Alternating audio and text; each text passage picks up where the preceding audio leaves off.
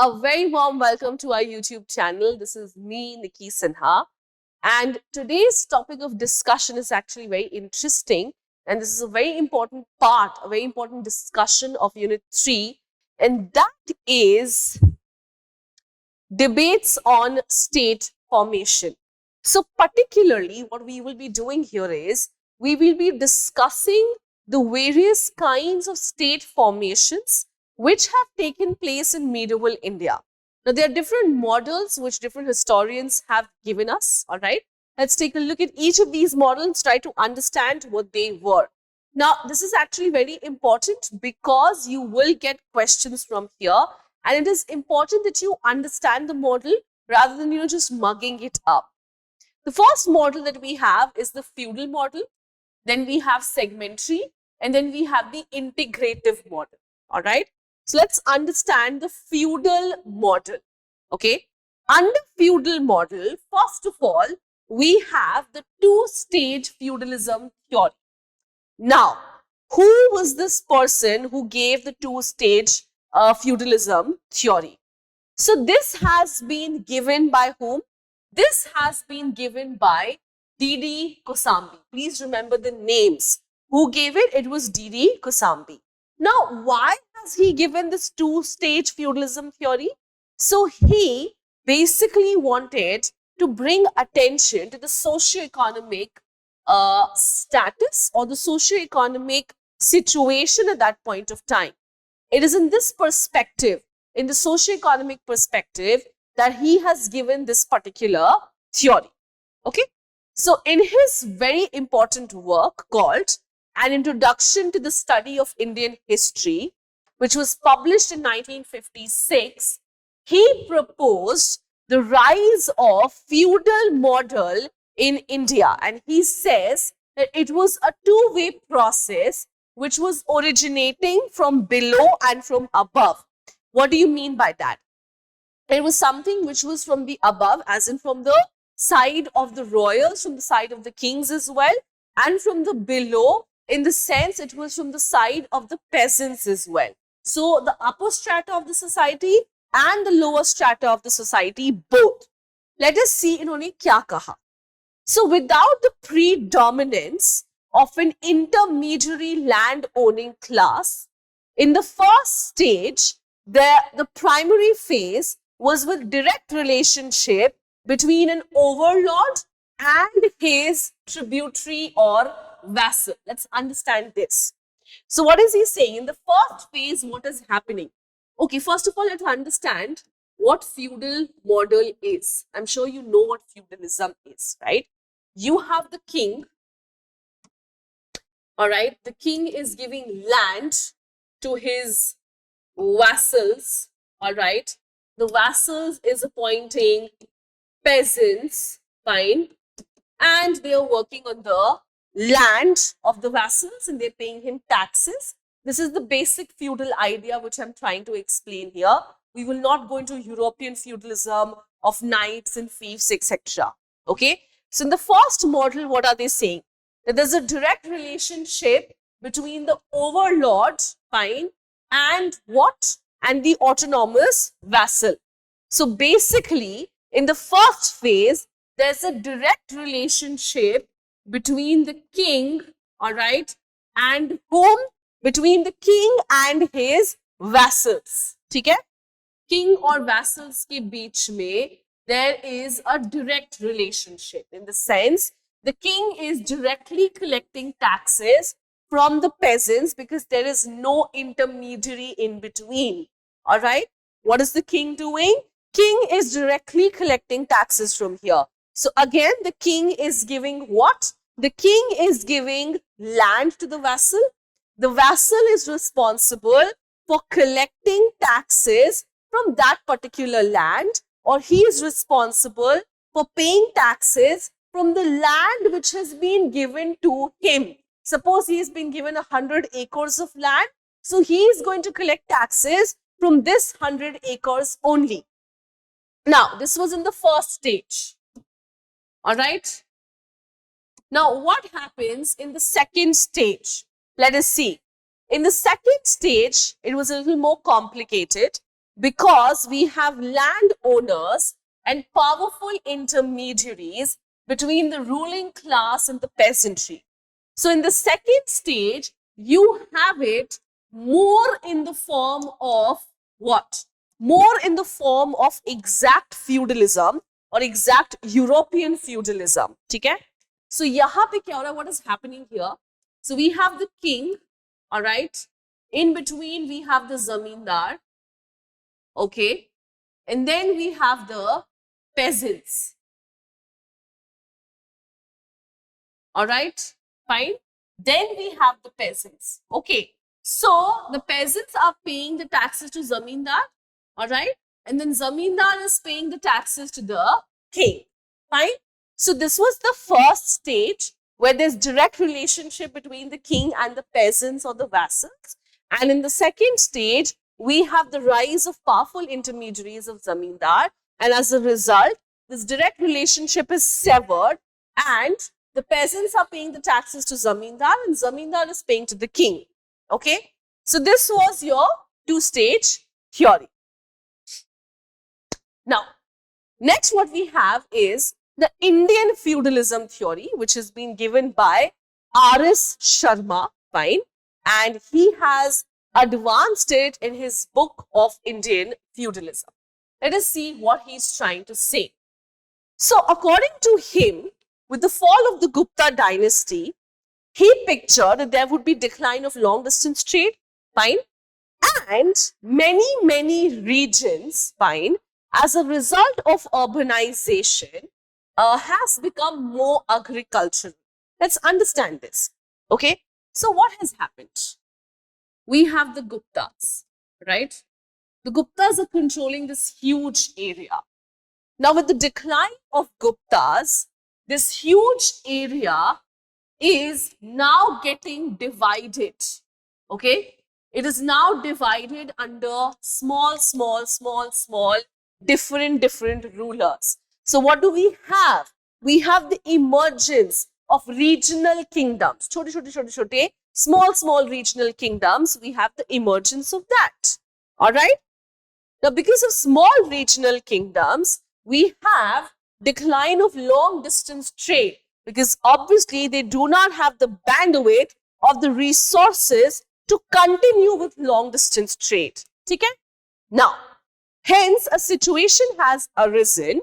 So also please, because of urbanization during the Gupta dynasty, far-fetched areas also, as in the areas which were not agricultural lands, they have also become agricultural lands in the sense they have also been brought under cultivation. Okay, so if they have been brought under cultivation, they are cultivating, but there is decline of long distance trade. Where are they going to sell their products? Hai na? Where will they sell their products? So, there was a situation of what? Financial resources, all right? It was not scarce, it was definitely there, but money was scarce in the sense that because of decline of long distance trade, what happened is people started hoarding their money. Okay, let's understand this in a simpler way. During the COVID period, when the businesses were really down, what would you do? Would you invest your money or would you save your money? You would save your money, isn't it? Similarly, when the long distance trade declined, what do you think the people would have done? They would have hoarded their money, they would have saved their money, and as a result, money in circulation or money in circulation in the market was no longer there. All right. So there was scarcity of money. Okay? There were no coins available. Fine. Now, because there were no coins available, obviously the kings did not have a bullion or silver or gold to pay the salaries. All right. What do they have in abundance? They have land in abundance. And as a result, they started giving out land to their employees in lieu of salary. उन्होंने क्या शुरू किया? They started giving out lands in lieu of salary. Fine. Brahmins were also given. And this marks the beginning of what? This marks the beginning of Indian feudalism. Okay. So, along with the land, we also have the rise of new intermediaries. There is the zamindars. They obviously had more control over the cultivating peasants. Okay, इसको दोबारा से समझते. We have the Gupta Empire. Gupta Empire has declined. Along with the decline of Gupta Empire, we have decline of economy, right? We have decline of long distance trade. But there are certain areas which have become agriculturally very lucrative. So where are they going to sell their products? They can't. They start hoarding their products. They start hoarding their money. So money in circulation in the market is less. How do you pay salaries if there's hardly any money in circulation? So the king started giving lands in lieu of salary. Fine. And as a result, we have the growth of intermediaries, all right? We have the growth of intermediaries or landowners who had direct control over the peasants, and they would be responsible for collecting taxes from the peasants, fine, and then giving it to the king. Okay. So the key component of R.S. Sharma's conception is the growth of intermediary classes through the intervention, all right, in the form of grants to them. So, the two things are very important here. That is land grants, all right, grants in lieu of salary, which resulted in the rise of intermediaries, which tells us about Indian feudalism. Okay. Now, the next one that we have is of the integrative model, fine.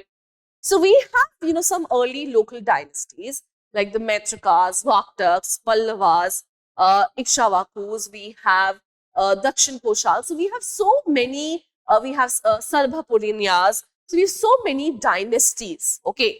Now these are mostly regional dynasties, guys. Now they have not arisen due to the dissolution of a former monarchy. So they have not risen because the big empire has collapsed, and as a result we have small regional dynasty. No, it has not happened because of that. So why have they happened? It has happened because of changes in the regional communities. What do you mean by that?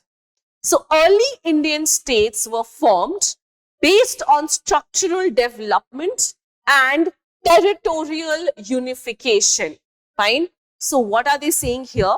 So basically, this is what they are trying to identify.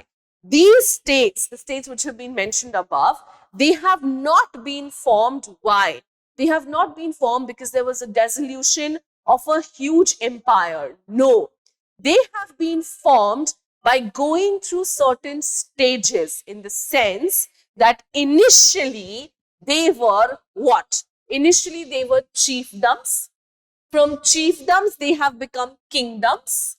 From kingdoms, they have become imperial kingdoms, all right? From imperial kingdoms, they have become supra-regional polities, okay? So, it actually starts like this. You have a small portion that you are ruling over. This portion is being ruled by a chief, all right? Like the Cholas. Cholas were a chiefdom. Then, because the Cholas eventually started becoming a little important, fine, the empire grew a little. So, this portion was also added. Hence, they have now become a kingdom, fine. Then more areas were added, all right. So, from chiefdom to kingdom to imperial kingdom to supra-regional polities to empires particularly, isn't it? This is how they have come up. This is how the models have come up.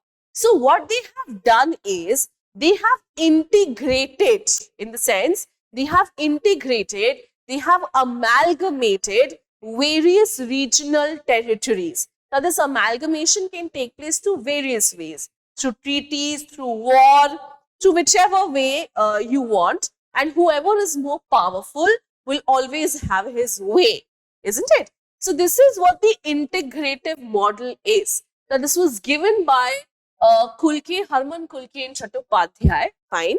So they were independent areas that fell within the state's purview. Fine. So what would happen? So suppose this was under the Cholas. This was independent, right? The Cholas felt that they're strong enough to take this also. They've taken this over. Now they feel they're strong enough to take this also. So what is happening? Integration.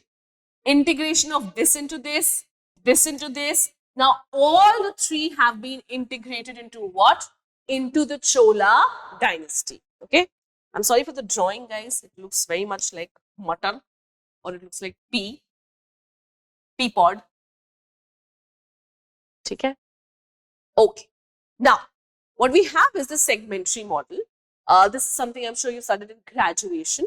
So this was actually given by Bertenstein,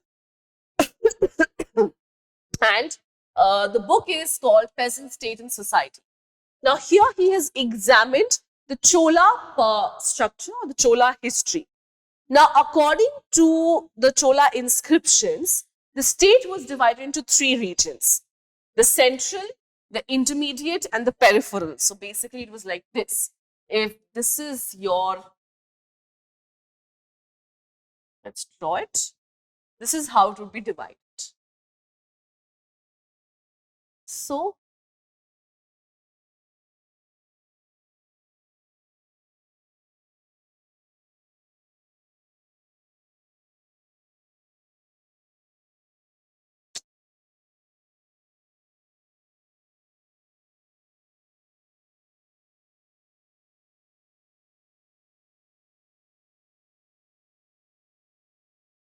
this is how it would be divided.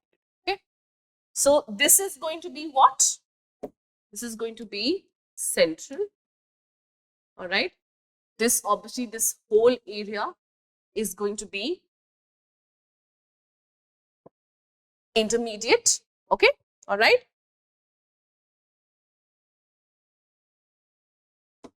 And this area, the outer one, is going to be very. Fine. This is how the division has been done. Okay. So what they're saying is that element of centrality or central control of the king only existed in the core area. In the sense, the central structure or the centrality or the king's control only actually existed in this area. Okay? Sirf or sirf, it was only in this particular area that you will find the king's actual control. Fine. Then the monarch only had limited territorial control over the next two areas. So these two areas, which is intermediate and peripheral, the monarch actually did not have direct control over it. Fine. What did they not have? They did not have direct control over it. So this was not a centralized process. Absolutely not. Only the center area was under the direct control of the kings. Rest of the areas were under indirect control. Okay? All right. So, according to Bertenstein, basically, the segmentary state has a dual sovereignty, which means what? So, he says that the king is only important here in the center. All right. This is where the king is actually ruling. This is where the Chola rulers, Raja 1, is actually ruling. Fine. Now, the peripheral areas or the intermediate areas, they basically consist of ritual hegemony. In the sense, there were people who were there in the intermediate or in the peripheral areas who were ruling in their own right, all right, who were ruling in their own right. It's just that they have identified the Cholas as their rulers, in the sense they have accepted the suzerainty of the Cholas. They might be ruling in the name of Cholas. They might be paying taxes to the Cholas, but the actual rulers or the actual control was in the hands of the leaders who were in the intermediary and in the peripheral areas. Okay. So he argued that Cholas held uncontested monopoly in the central dynastic core. Fine. But as one approached the intermediate and the periphery zones, we have ritual sovereignty. Ritual sovereignty means that they were just there for the sake of being kings. They have been accepted as kings. Their sovereignty has been accepted. Their suzerainty has been accepted. But definitely, they did not have direct control over it. Just king in the name. In ritually, yes, they were the kings. They have been identified. But in actuality, it was being ruled by the leaders there. Fine. So this was your segmentary model. So we have discussed feudal model, segmentary and integrative. I really hope that you have understood this because it is an important concept. I just wanted you to explain it through diagrams because it becomes easier. And I don't want you to mug it up because that becomes difficult. Remember the names of the people who have given it. Remember the theories. Remember the words which have been used here. All right. And when you discuss administration, you will see how these theories are being applied. All right. So this is it from my side. If you still have any doubts in these three state models, please do let me know. Please do address them in the comment section and I will definitely take it up. So thank you so much for joining me here, guys. It was an absolute pleasure to have you all. I will now see you in the next lecture. Till then, please take care. Thank you. Bye-bye.